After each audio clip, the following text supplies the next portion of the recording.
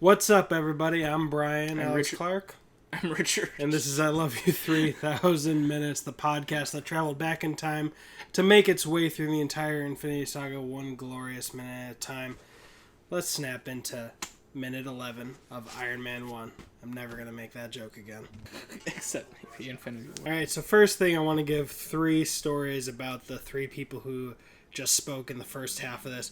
One, the actress who plays the reporter. I think you should definitely check out the first episode of The League. Her first scene is a horrendous scene of her forcing her finger up her husband's buttocks. It's played for laughs. Should try to get her name. It's an older show, but especially in today's times, rape. She raped her husband, and he leaves her at the end of the episode. So hurrah! It does not go unpunished, Unchecked. Her name is Leslie Bibb. Okay. She shows up later in some extras that they did in anticipation of Ant-Man, where she interviews Scott Lang. But then the other story is about Paul Bettany, who's voicing Jarvis. He had a moment where his agent told him his career is done, his Hollywood career. He left the office. He literally sat on a curbside, put his head in his hands, and then got a call, answered it, said hello. It was Joss Whedon, and Joss said, "Hey, would you have any interest in playing Vision on set in the next Avengers film?" And he said, "Yes, I would."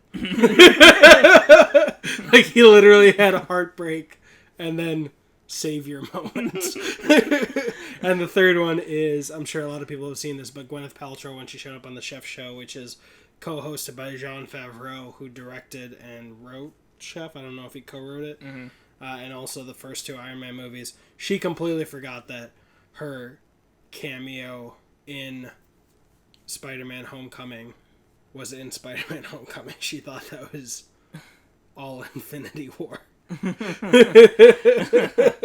It's kind of blurred together in her head. Yeah. I mean, she runs Goop, so I don't expect a lot from her. One thing that you may want to add to personal level. One thing you may want to add to the Paul Bettany story, it's like, man, I wonder if he fired his agent after that. Hopefully. Like, thanks, bro. Yeah, my career's over. Why don't you he do got your job dropped by better? the agent right before he got that check. So the agent didn't get any of that money. But, Richard, what happened in this minute? She's taken off guard because she tries to access one of Tony's control panels, and it says access denied. It kind of yells at her a little bit. She's like, ooh. Yeah, You are not authorized. Great system. Gwyneth Paltrow comes up, and then she even is a little condescending towards her, like, oh, you're still his maid, basically, or butler, or whatever. You're still doing his little tasks, which is douchey. Especially from a reporter, trying to, I assume, get extra details for, like, possible stories in the future. Mm-hmm. But Pepper has just a killer comeback. Just shuts that down. Pepper is not the aggressor. It wasn't even a comeback. She just gives a dignified response. Like, I mean, by saying, and occasionally taking out the trash. Okay. I missed that. Yeah. That's what I'm. Yeah. Versus the first time, it's like, oh, mic drop. First time we see Pepper Potts on screen, she's just like, "Are you gonna minimize me? Back at you." Mm-hmm. Right.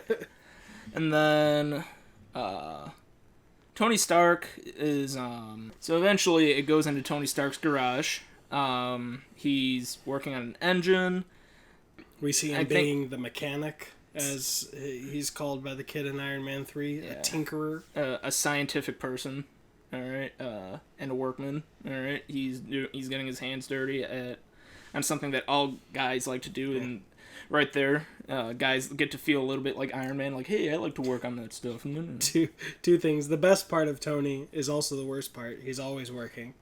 And 2, I've never done that in my damn life, and I will die before I ever actually do that. Sure. So thank you for excluding me from the exclusive groups. I mean, of that's men. one thing. I'm not saying I'm just messing with you. they're the only You're ones. like, men do this, and I'm like, well, I'm not built that way. Ooh. I know. I try not to use such an umbrella. I don't know. So then, also interesting song choice, Institutionalized by Suicidal Tendencies.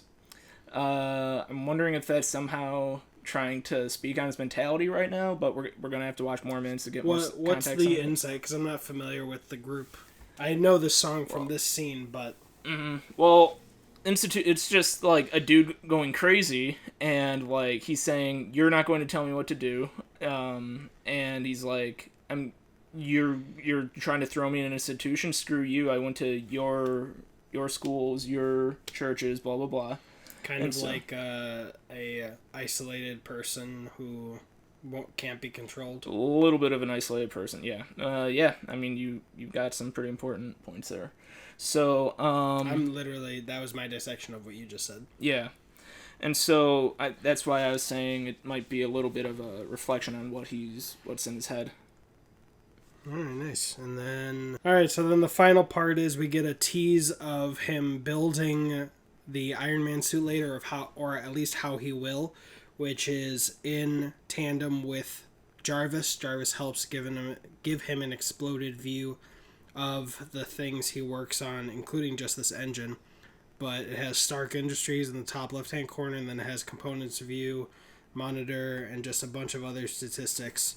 And it can actually take the pieces apart. So we'll have a kind of reframing or repeat of this later when he has Jarvis paint the suit and actually fabricate it. And the last part is seeing that Pepper Potts has access to every room with the code and the ability to turn down his music without asking. She may work for him, but they're on a more equal level in terms of their friendship type relationship.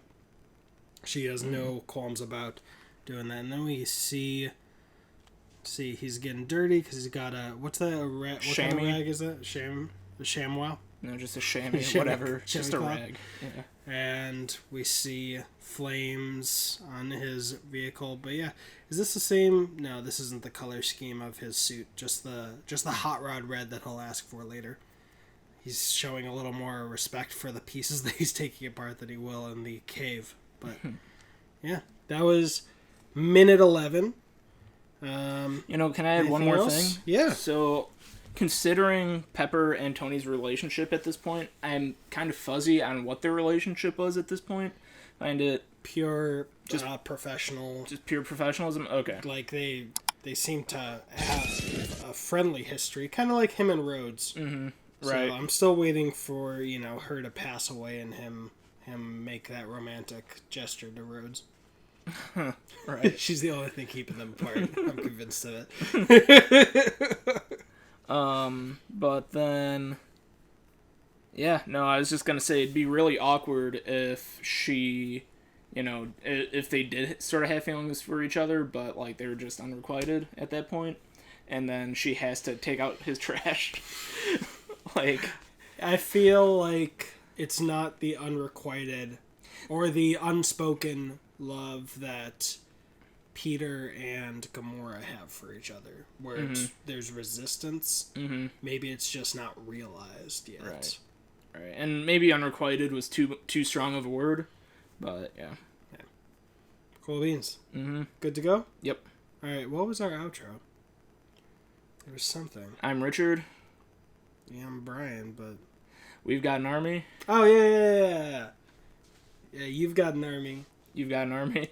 We've got a podcast. Man, it has been a long 6 days. I've literally filmed and edited 30 of these episodes across the 3 podcasts. See you in minute 12.